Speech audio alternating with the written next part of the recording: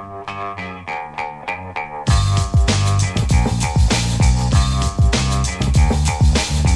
Lehrer on WNYC, live from the Green Space today. And with me now in the Green Space, Masha Gessen, the Russian-American journalist, seen prominently in the New York Review of Books, author of several books, including The Man Without a Face, The Unlikely Rise of Vladimir Putin, and now a contributing opinion writer for the New York Times. Her latest article for them this month was called Trump's Incompetence Won't Save Our Democracy. She also has a chilling but must-read essay in the July Harper's Magazine with the real deal history that we'll talk about called The Reichstag Fire Next Time. Hi, Masha. Welcome back to WNYC. Thank you. Great to be here. And welcome to the Green Space. The Reichstag Fire. For people who don't know about that part of Hitler's march to totalitarianism, what was it and how did he use it to create what you call a state of exception? Well, actually, I don't call it the state of exception. His favorite legal theorist, Carl Schmitt, called it the state of exception. So very soon after Hitler was appointed the Chancellor of Germany, the Reichstag, the seat of the German parliament, burned. And a young Dutch communist was arrested for setting the fire and sentenced to death and decapitated. But it set in motion, or Hitler used as a pretext to create a whole set of restrictions on media, on political parties, on protest, etc. And it's seen widely as a turning point in Hitler's rise to power, or rather Hitler's, as you said correctly, the march to totalitarianism. I think as all sort of such historical turning points, it's a little bit too convenient, and it was much more of a continuum than we like to think. But it's become a phrase that denotes a turning point, the dawning of a state of exception. And you give many other examples in your article of leaders who use an event to declare states of exception and seize extraordinary powers. Vladimir Putin, beginning in the late 90s after a series of apartment bombings in Moscow by Chechen separatists, but also in this country by presidents including Lincoln, Woodrow Wilson, FDR, and George W. Bush. And your point, I think, is that we are well on the way toward an extreme state of emergency and seizure of authoritarian powers, potentially by Donald J. Trump, if there is a significant terrorist attack. Can you talk, for history's sake, about Woodrow Wilson's Sedition Act of 1918 as an example from history that I think most people today don't know? You quote a historian who calls it the most repressive legislation in American history. You know what? I'm actually not comfortable talking about it. I wrote that essay a few months ago, and I'm afraid of getting my facts wrong as I talk here live. I think if we could fast forward to the present, sure. That'd be great. And I'll just say, for the sake of historical context, that there were the Alien and Sedition Acts of 100 years earlier, Lincoln suspending habeas corpus during the Civil War, the internment of the Japanese during World War II. We don't have to linger on each of those, but flash forwarding to the present, and by the way, I say this to guests rarely, so this is an occasion when it's warranted. I so appreciate when people say, I don't know, because so many people would fake their way through it and might actually give misinformation. But you call the modern era since 9/11 unique in that we are in a war that cannot be won, therefore a state of emergency powers that cannot end. So my point is that since Trump was elected, we've been hearing this phrase, the Reichstag Fire, quite a lot. And a lot of the time, it's this idea that something is going to happen. There's going to be a terrorist attack on American soil, and Trump is going to use it as pretext to create all sorts of emergency powers. My argument is that already happened. That happened 15 and a half years ago. And what we're seeing now is very much a result of that happening after 9/11. We've basically been living in a state of emergency, and unlike other American states of emergency, although they have mounted over the years, right? But unlike other states of emergency, which were often deemed unconstitutional, or at least ended after a war ended, this one can't end because a war on terrorism cannot be won. right? We don't know the objective of this war. I mean, is it to eradicate terrorism as a tactic? That's never going to happen. Is it to eliminate the threat of terrorism? How we're going to measure that, right? And in fact, the fact that we talk about how this terrorist attack on American soil is inevitable is a case in point. Because since 9/11, there have been very few attacks, very few deadly attacks. This is not one of the big threats facing this country, right? But we keep talking about it because it's a mobilizing tactic, which is actually a very important feature of a state of exception. But it's also real as an ongoing threat. I mean, we see all these incidents that keep happening in Europe, and no particular reason to think that things like that won't happen here. They're starting to come closer together in Europe than they did before, which makes them feel salient as something other than, the event more rare than being struck by lightning, which I guess statistically it still is. It still is. You're much more likely to die from your flat panel television falling on you than you are in a terrorist attack in this country. But also, the existence of a threat is not an excuse for a state of emergency. Now, state of emergency. You remind us that Bush declared an actual national state of emergency, and he and Obama have renewed it every year since. I think people don't know that. Obama did. He didn't make a big show of it. Every September since 9/11, the President of the United States has renewed a state of emergency. And you write that Congress is supposed to vote on a national state of emergency, but never has. Never has happened. In this sense, 9/11 is not an exception. Congress has never voted on other states of emergency that have been declared. At any given time, this country is in the midst of many different states of emergency. There was Obama declared a state of emergency for swine flu, for example, right? And that happily expired, unlike the state of emergency in response to the terrorist threat. Does this sound worse than it actually is in civil liberties terms? Dissent is everywhere. Progressives call themselves the resistance. At the Oscars, at the airports when the travel ban was announced, on CNN and the Washington Post and New York Times websites 24 hours a day, in your op-eds and magazine articles? It depends on your frame of reference. I think you could say it sounds worse than it actually is if you compare it to a country where there's actual restrictions on speech. Obviously, it is night and day. If you compare it, on the other hand, to sort of the ideals that this country holds dear, if you compare it to the healthy state of the public sphere, then I think it's much more problematic. And my issue, what I'm really sort of where I'm trying to pick a fight, is with the assumption that things were fine until suddenly Trump happened to us. Right. And you're making that case. And listeners, you can call in and talk to journalist Masha Gessen, 212-433 WNYC, 212-433-9692, or people here in the green space, you can raise your hand and we'll come around with a microphone. You write that a key characteristic of the most frightening regimes of the last 100 years is mobilization, and Trump seems to know how to use it. What is mobilization used this way? Mobilization is when, it's exactly what it sounds like. It's a sense of a state of war. And this country has been living with this sense of being under siege, under threat, for nearly 16 years now.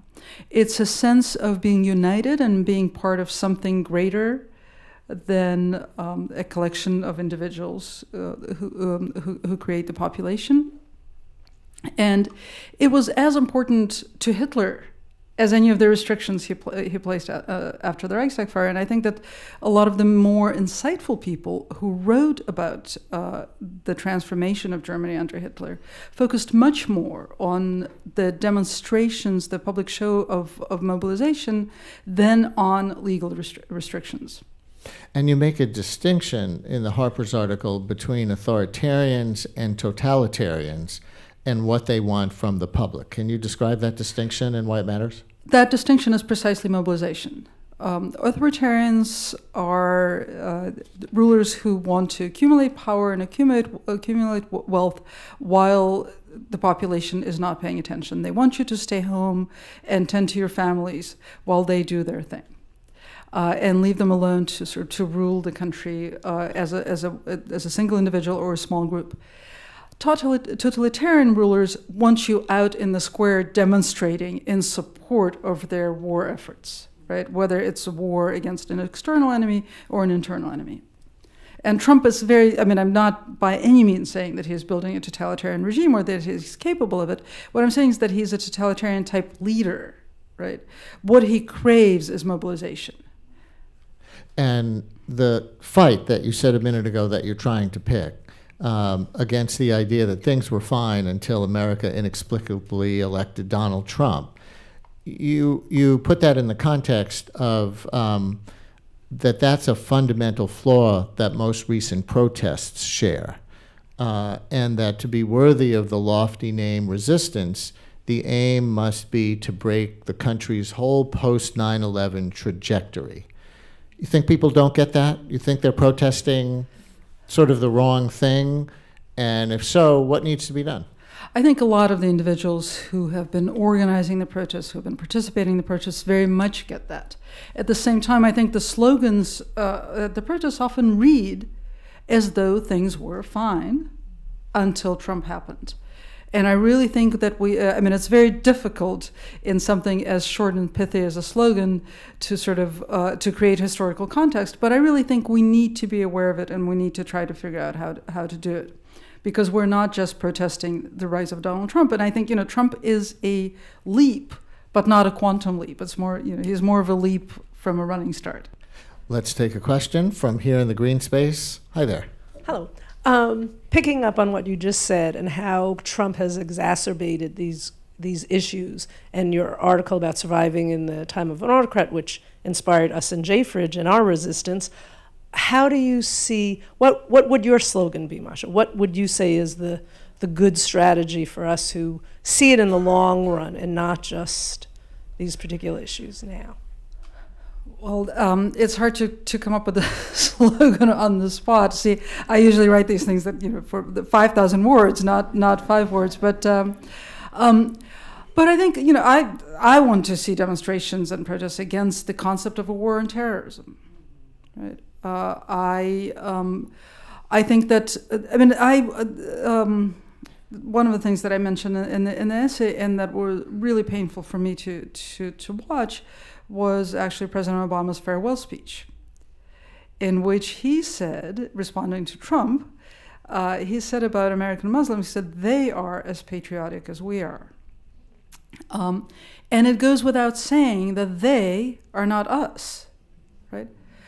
That's what we need to be demonstrating against, right? And it is inspiring and awesome that this country comes out sort of in a spontaneous show of response to injustice, in response to the travel ban.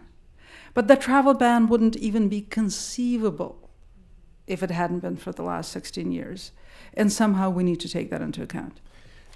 Your Times op-ed, Trump's incompetence won't save our democracy. That's the title, the headline. You say a careful reading of history reveals people at the time to have thought both Hitler and Stalin as men of limited ability and imagination. Were they incompetent in anything resembling the ways we see Trump as? They were absolutely, not so much Stalin, who had a different historical context, but very much Hitler was seen as a buffoon. Contemporary analysts refused to take him seriously because he was so foreign to the political culture of the time. And I think that that's part of what we see with Trump. How can you analyze his tweets?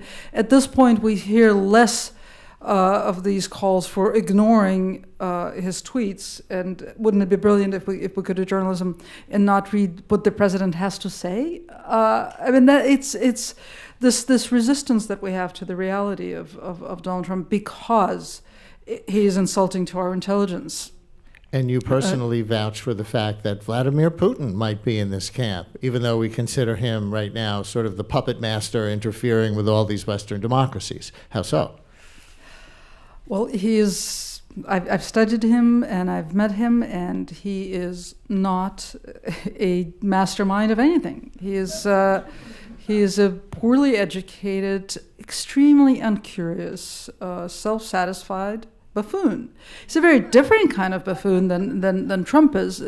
Trump, and the biggest difference between them, of course, is inexpressiveness, right? Trump is raw emotion, and Putin prides himself on controlling his emotions. But that doesn't mean that there's more there. So who has another question? Let me give the audience another chance. We have a hand up right over there. Hi. Just to tie this discussion to the previous one, hasn't Trump's incompetence, though, led to a situation where all that needs to happen is a flip of the House, which will inevitably lead to 2 years of articles of impeachment being brought and his administration being unable to function beyond having to be responsive to this investigation? It seems beyond protest, simply flipping the House 30 seats is enough to stop the entire exercise in its tracks. I think you're making a couple of assumptions. One is that flipping the House is simple. So far, and we're now 6 months into this year, so far there isn't a whole lot of indication that the House is about to get flipped. We'll get an indication in Georgia tonight, probably. Well, we'll see, right? But, one indication. And let's hope so. But the other thing is the point of that op-ed is actually to take issue with an argument that's become commonplace, which is that Trump is so incompetent that he can't create fascism, right? And it's a basic misunderstanding, because Trump's agenda is very much lies in destroying political culture and political institutions as we know them in this country. That's very much a fascist agenda, and it's an agenda that goes hand in hand with incompetence, right? It's this message of militant stupidity, right? You don't need expertise, you don't need complexity. Things can be very, very simple. And so the second assumption I think you're making is that he is not succeeding in that process of destruction, and I disagree. We're seeing more and more evidence of how successful, for example, his destruction of the entire foreign policy establishment of this country is. I mean, the State Department very nearly lies in ruins, and we're only 6 months into this. You're right. Well, basically, I'm paraphrasing now, but basically you say his simpleton's insistence on simplicity can lead us to autocracy. Absolutely. Autocracy is a primitive way of governing. And I think that that's what draws him to it. He really thinks that the country should be run like The Apprentice. So on the whole Trump world and Russia thing, do you see the lines, or maybe you see something between the lines that most Americans might not easily see with your knowledge of Russia as well as the United States, where collusion during the campaign might have taken place? Because in fairness to Trump, the great investigative minds don't seem able to find it, at least so far. I would not be surprised if we never found it. Because I mean, I have a few issues with this with this whole story, and I've written about it. I'm really concerned about sort of the conspiracy thinking rabbit hole that so many people on the left side of the political spectrum have descended into, because and what I mean by conspiracy thinking is not to say that there's nothing there. What I mean is that conspiracy thinking becomes dangerous and becomes an actual conspiracy theory when you think that there's one thing that explains everything. And Russia is great because it explains how we got Trump and how we're going to get rid of Trump. And it's not so simple, because Russia actually does not explain how we got Trump. It is extremely unlikely that collusion can be proven, and furthermore, that it can be proven that collusion actually had some sort of impact on the outcome of the election. And if any of that is found, it is extremely unlikely that will lead to Trump's disappearance, right? I mean, the mechanisms at the moment aren't there. At the very least, the House needs to be flipped, right? So it's not sort of a one-stop shopping solution to Trump. But I also think that ultimately the investigation is likely to yield a lot of mess. A lot of money that the Kremlin throws at various projects that are sold to the Kremlin. as efforts to undermine Western democracy. A lot of contacts that happened but had no continuity, right? A lot of loose ends. Neither the Trump campaign nor the Russian government are well-run systems or highly organized systems or run by people who have any planning horizon, right? So who are actually able to hold a thought for a long time. So I think what we're finally going to end up with after years of investigation is just a giant mess. Let's take a phone call. Here is Wally on Staten Island. Control room, that's line 6. Can we get Wally on the air? Wally on Staten Island, or on Staten Island. You can be in an island, you can be on an island. You're on WNYC, Wally. Hi. Hi, thank you so much. I really appreciate the commentary. So I'm in total agreement with the presenter today. You know, I feel like this mobilization thing is more profound to someone like me, a Muslim American who sees, you know, things like the Patriot Act impeding on our civil liberties in a more profound way as a Muslim Americans versus non-Muslims in this country who see a rationale behind the restrictions and the violations of civil liberties on Muslim Americans as a necessary evil, but they don't see how eventually the Patriot Act could come back to haunt the rest of America and violate civil liberties for everyone else in this country. Wally, thank you very much. Masha? I agree with every word Wally said. Wally, thank you very much. So I'm going to go on to another call. Paul on Staten Island as well. Boy, you've got a fan base on Staten Island. Did you have any idea? Who knew? Hi, Paul, you're on the air. Hi. So I'd like to say I really like what you said about simplicity. And, you know, Trump competes on the emotional level. And it's hard to compete against him, you know, saying he's keeping people safe. And that continues the supposed necessity of the Patriot Act. So how do we compete on the same level or compete against those tactics in a way that brings people to our side of the argument rather than just continues to divide? Yeah, that's a great question. So, you know, Trump's message, this message of simplicity, which is actually common to strongmen all over the world, it really goes to the source of the fear. It's frightening to live in a complicated world. And what these men are saying is, look, things are really simple. Like, you don't need a lot of bureaucracy. You don't need any of the stuff that you don't understand. I am going to make the world make sense to you. And in doing that, they all invariably appeal to this idea of an imaginary past.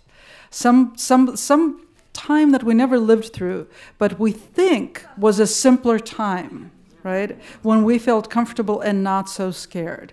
And I think that the way to fight it, and something that the Democratic Party has not done, and has not, I think, even tasked itself with doing, is with a vision of a glorious future, right?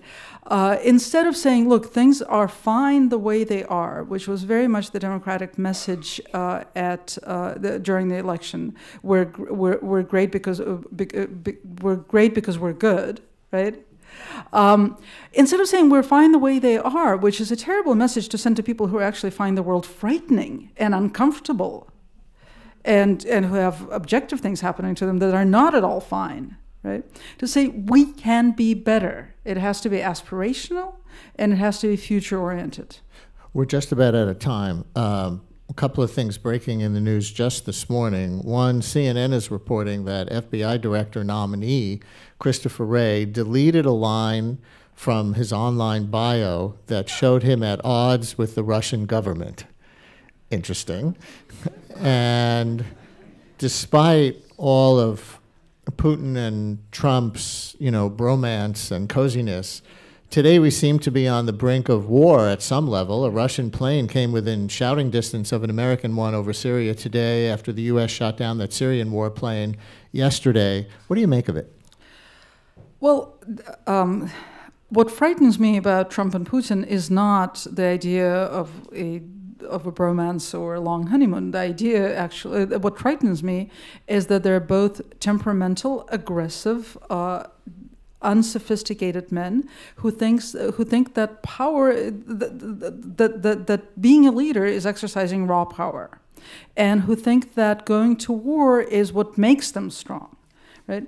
And I was terrified during the election that this was where we're going to end up after the shortest honeymoon in history, was a confrontation.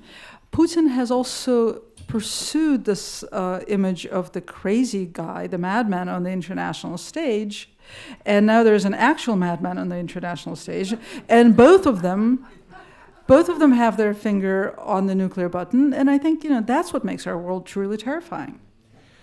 Masha Gessen is the Russian-American journalist seen prominently in the New York Review of Books, author of books including The Man Without a Face, The Unlikely Rise of Vladimir Putin, and now a contributing opinion writer for the New York Times. Her latest article for them this month was called Trump's Incompetence Won't Save Our Democracy. She also has a chilling but must-read essay in the July Harper's Magazine with the real deal history called The Reichstag Fire Next Time. A couple of the tweets coming in. Masha, listener Jacob says, your guest, Masha Gessen, is scaring the crap out of me. And listener Chris writes, I just want to say, Masha Gessen rules. She just rules. That is all. So that is all. Thank you for coming in.